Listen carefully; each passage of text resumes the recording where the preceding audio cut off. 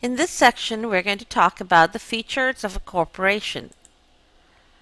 First, let's take a look at the advantages and disadvantages of a corporation.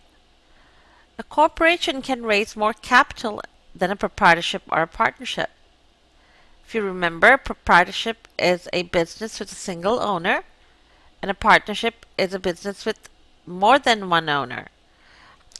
A corporation has a lot more avenues open for them to raise capital.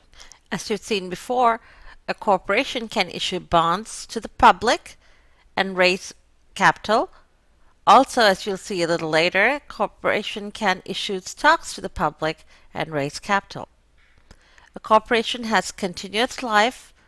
It's its own separate legal entity, and the life of the corporation is not dependent on the life of the owners. Ownership can be transferred from one person to another, and the owners have limited liability. The owner's liability is limited to the amount they originally contributed to purchase the shares of the corporation. If a corporation gets sued, the owners are not individually liable for the debts of the corporation. Neither are they liable for any contracts that the corporation enters into. The disadvantages of a corporation is that there is separation of ownership and management. The owners do not have control of the corporation. If you go and purchase 100 shares of Google, even though you spent a lot of money investing in that company, you do not have the right to say how the company is run. Now, you do have some rights, which we'll talk about later, to vote on some of the things that their management does, but you don't have a right to dictate how day-to-day things are done. Another disadvantage of a corporation is that corporations are subject to higher levels of taxation than individuals. Not only are they subject to high levels of taxation, but a corporation gets taxed twice. Once as a corporation, so whenever a corporation makes income, they have to pay income taxes on that income. Then, if they distribute some of those dividends to shareholders, the shareholders have to pay income taxes on that dividends a second time. We call that a double taxation, and that is a disadvantage of a corporation. Corporations are also subject to a lot more government regulations than smaller companies.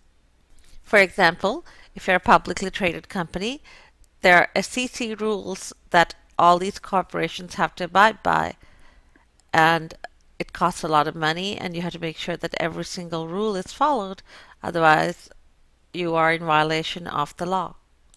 A corporation is a lot harder to organize than a partnership or a sole proprietorship. To form a corporation, the corporate organizers, also called incorporators, have to obtain a charter from the state. What they do is they fill out some paperwork, send it into the state, and the state issues a charter that includes how many authorized shares can be issued by this corporation. We'll talk about authorized shares later on. The incorporators have to pay fees, they have to sign the charter, they have to file a lot of documents with the state, and also agree to set bylaws for the corporation. Bylaws are rules that govern the running of the corporation. So basically, they're the constitution for the corporation. Again, setting up a corporation is not as simple as setting up a sole proprietorship or a partnership. There are a lot of formalities that go into organizing a corporation. Let's take a look at the organizational chart of a corporation. Right on top, you have the stockholders, who are the owners of the corporation. The owners do not run the corporation. The owners have to elect a board of directors. They elect a board of directors by voting.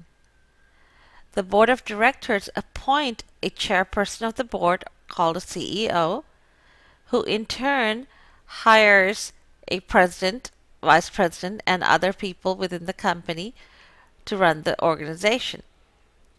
Most companies will have the founder of the company as a CEO because that's the person who started the company, and even though the company went public and they have a board of directors, they will still appoint the original founder to run the company for a while.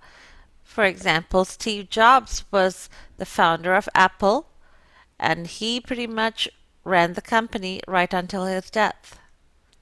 One more point to note, the chief financial officer is in charge of the controller and the treasurer.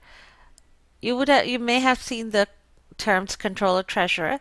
The difference between the two is that the controller is the person responsible for the accounting functions of the corporation. The financial reports, the SEC reports, the bookkeeping, bank reconciliations, all those go under the controller. The treasurer is responsible for financing the company, raising funds and investing funds for the company. Anything to do with money, that's handled by the treasurer. As you know, the stockholders are owners of the corporation. They do not get to run the company, but they do have some shareholder rights. The first right of a stockholder is the right to vote. Each stockholder gets one vote for each share they own, so the vote is proportional to their ownership. You need to know that one stockholder does not get one vote. One stockholder gets as many votes as the number of shares he or she owns. A stockholder also has a right to earn dividends. If a company pays dividends, the stockholder has a right to receive dividends. Dividends are also paid per share. So if a stockholder owns 5% of shares, they will receive 5% of the dividend. Next, let's talk about a liquidation. A liquidation of a corporation is where the company will sell off all its assets, pay off any liabilities that the company has, and distribute the remaining cash to the shareholders. In the event of a liquidation, a stockholder has the right to receive a proportionate amount of cash. So if the shareholder had 2% of ownership, they will receive 2% of what's remaining after a liquidation. The fourth right of a stockholder is preemption. Sometimes it's called preemptive rights. Preemptive rights is the right to maintain one's ownership proportion in a corporation. Let's say that a shareholder owns 5% of a corporation and the corporation is going to issue 100,000 shares to the public to raise funds. The corporation has to give the current shareholder who owns the 5% the right to purchase 5% of the new share issue so that that shareholder can maintain their ownership proportion. Now, the shareholder still has to come up with the funds to buy that 5% of the new issue. However, they have the right to buy it if they have the funds. Let's say that the shareholder does not have the funds and then that 100,000 shares is issued to the public. After the issue, the shareholder will not own 5% of the corporation anymore. They will own less. We call this dilution of ownership.